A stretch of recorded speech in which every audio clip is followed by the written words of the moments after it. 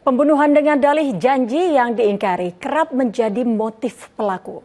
Terlepas dari apakah pengakuan itu benar atau tidak adanya, perasaan disepelekan korban janji harus disikapi serius untuk mencegah terjadinya tindak kejahatan.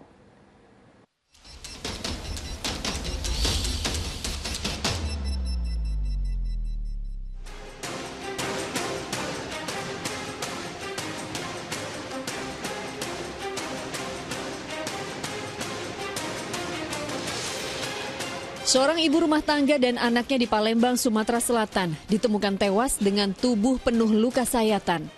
Pembunuhan yang menggegerkan warga Jalan Karya Baru, Macan Lindungan, Kecamatan Ilir Barat 1 itu dilakukan seorang pria, sopir suami korban. Terungkap, ibu dan anak tersebut jadi sasaran pelampiasan dendam tersangka yang mengaku sering dibayar tak sesuai dengan yang dijanjikan suami korban. Motif utama daripada tindak pidana pembunuhan berencana adalah dendam. Dendam terhadap suami korban yang dilatar belakangi dengan permasalahan gaji.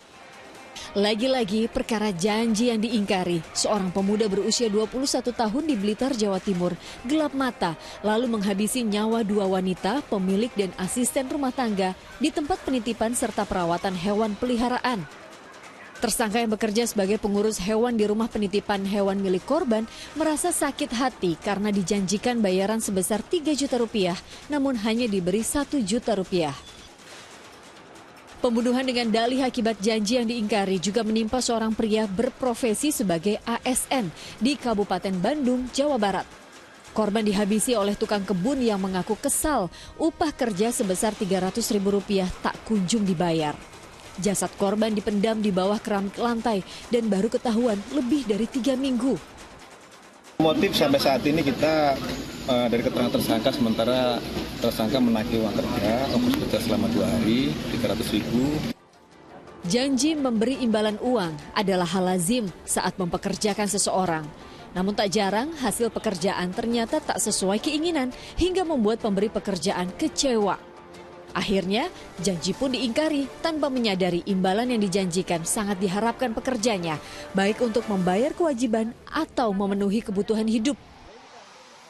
Bisa juga bahwa bosnya itu menyepelekan. Dia juga mungkin nggak akan berani menanyakan. Jadi juga merendahkan karyawan itu juga. Itu bisa dinomorduakan. Nanti dia juga bisa. Tetapi tanpa prediksi, tanpa salah prediksinya bahwa si karyawan itu juga berani berontak, meminta haknya. Bisa jadi perasaan disepelekan itu membuat sang pekerja bertindak nekat, seperti melakukan penganiayaan, bahkan pembunuhan.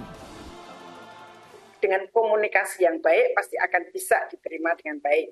Namun juga si karyawan ini kan juga penuh dengan emosi, ya. Jadi emosinya itu memuncak, dia sulit untuk mengendalikan emosinya, dan si karyawan, si bosnya ini juga memiliki kepribadian bahwa dia itu merasa tidak bersalah dalam mengingkari janji ini. Apapun alasannya, tindak kejahatan tidak bisa dibenarkan. Komunikasi yang terjalin baik mungkin tak cukup bila nafsu menguasai harta sudah jadi tekad pelakunya. Sebagai antisipasi, pihak majikan atau pemberi janji tak boleh gegabah. Demikian pula dengan penerima janji, jangan mudah tergiur, apalagi sampai melakukan tindak kejahatan. Tim Liputan melaporkan.